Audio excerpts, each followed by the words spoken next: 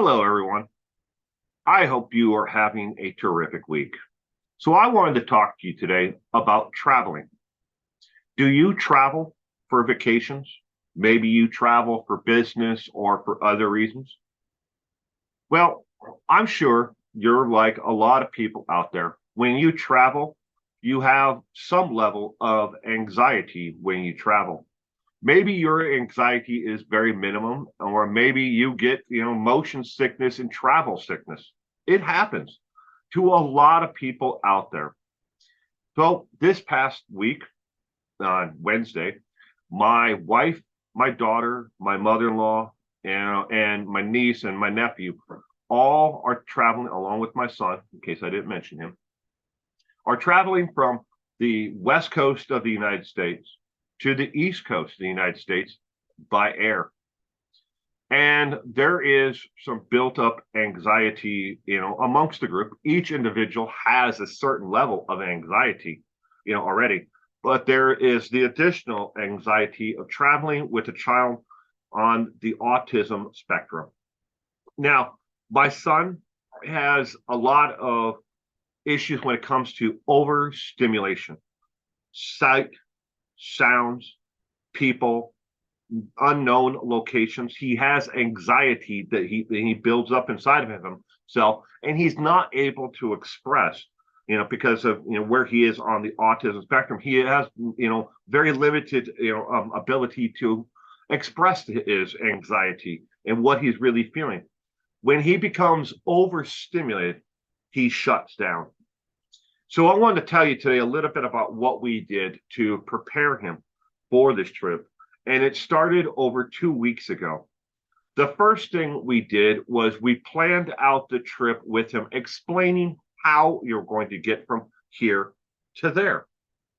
And then we practiced, and packing his bag with him, his clothes, helping him, pick out appropriate clothing for the trip. Not only just, well, if he had it his way, it'd be underwear and rain boots and a raincoat. That's what he'd wear.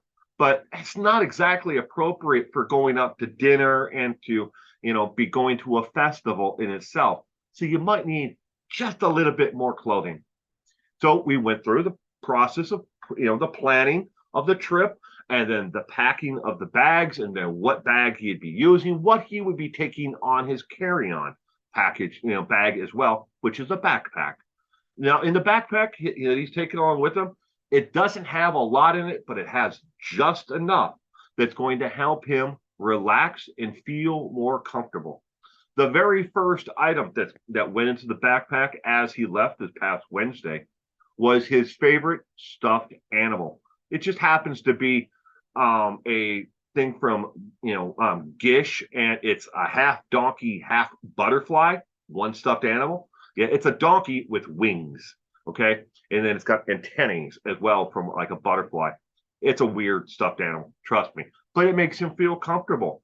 He has it with him every night when he goes to bed, and whenever he's at home or in another social situation and he feels overstimulated, it's always something that we take with him. We put in the backpack along with a change of clothes when we're at, maybe a birthday party or someplace else, because it makes him feel comfortable.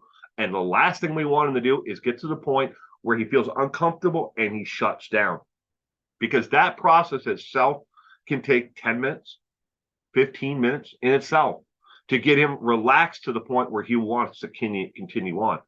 Additionally, in the backpack, we got him quite a while ago, but we got him a pair of Bose noise canceling headphones, but they're also Bluetooth, so he can connect them to his tablet, so he can watch cartoons that we've already preloaded on the tablet for him. So it helps him relax and kind of keep, his focus in one area, so he's not overstimulated by sights and sounds and people and lines and everything else. This might work for, other children who are not on the spectrum, but even if you don't have the money for a tablet and noise canceling headphones, an additional way to, do it is just earplugs like you would find in a hunting, and sports, store. Earplugs themselves, for the child. And on top of that, maybe some coloring books and some coloring crayons, or pencils. Colored pencils is what we pack. and not the type that needs an actual, pencil sharpener. These have a string in them that you unravel the string so it sharpens the pencil itself. A bonus. I'm telling you, it's good. So in that backpack, to reiterate, well, there's a couple additional items, but reiterate his tablet, his headphones, his favorite stuffed animal. Additionally, along with the colored pencils and coloring book, additionally in there, we packed his two favorite snacks: trail mix, because he likes to pick them out in one by one, a little tiny collapsible paper bowl that you can make yourself out of a piece of notebook paper. It's just a basic origami square. So it's not a hard, rigid item. It's not something that's going to get broken. And if it does get crushed, it's just to pour the snacks into, because the snacks are in a Ziploc bag, and he likes to pick out each individual item as he eats them. The other thing that we packed in his backpack, that he wants to take along with him, his favorite snack, is gummy worms or gummy bears. We got him a little variety from the bulk section at Winco Foods.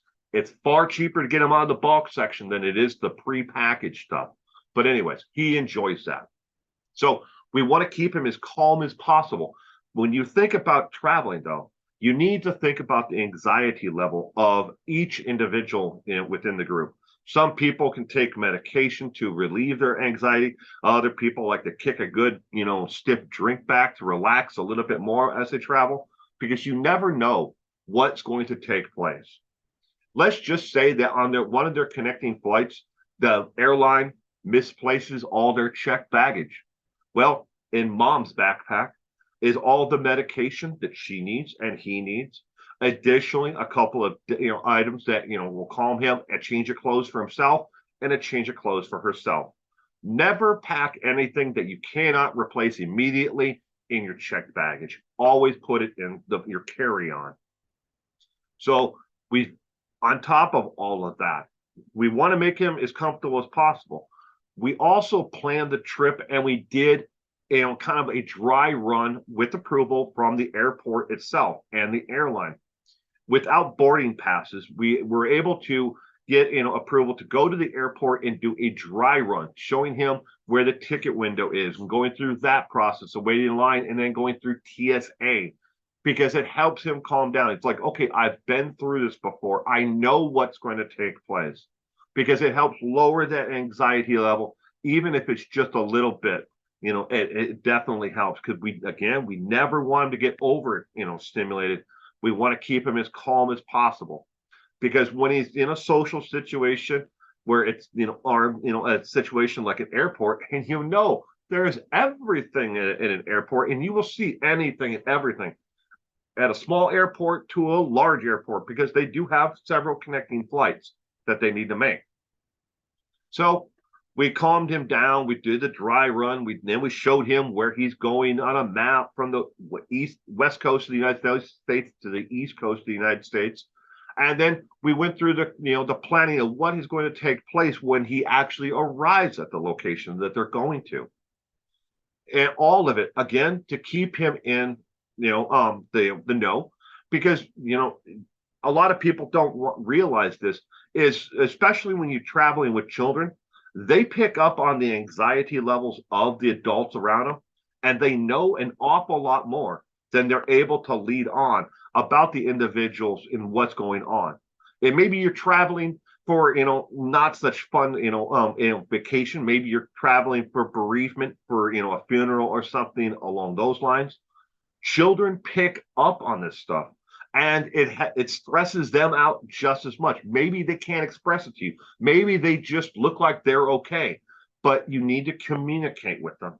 And this goes for adults as well. You can use the same exact things for anybody else who is on the autism spectrum as an adult, or maybe they're not on the autism. Maybe they have Down syndrome or another barrier of communication. Just communicate with them. The more you communicate, the better off you're going to be, and the trip is going to be that much more likely to be successful. Of course, there's always the things you can't control: weather, the airlines misplacing your bag, missing a connecting flight, mistakes, and accidents are going to happen. And it happens everywhere. You can be driving somewhere across the country or from one state to another here in the United States, and maybe you stopped at a diner and you forgot your headphones on the table. And then you didn't realize that you forgot them until you got to your next location. And oh my gosh, now what? You're out without that cell phone or headphones or whatever. Yeah, you're going to cancel your cell phone, coverage and get a new phone. But it's not going to be an immediate fix to that. And then your anxiety level is going to ramp up. And once you realize it, and you may contact the place, somebody may have turned it in, or it just disappears. Things happen when traveling. So plan ahead, and everyone keep your communication lines open for everyone in your party.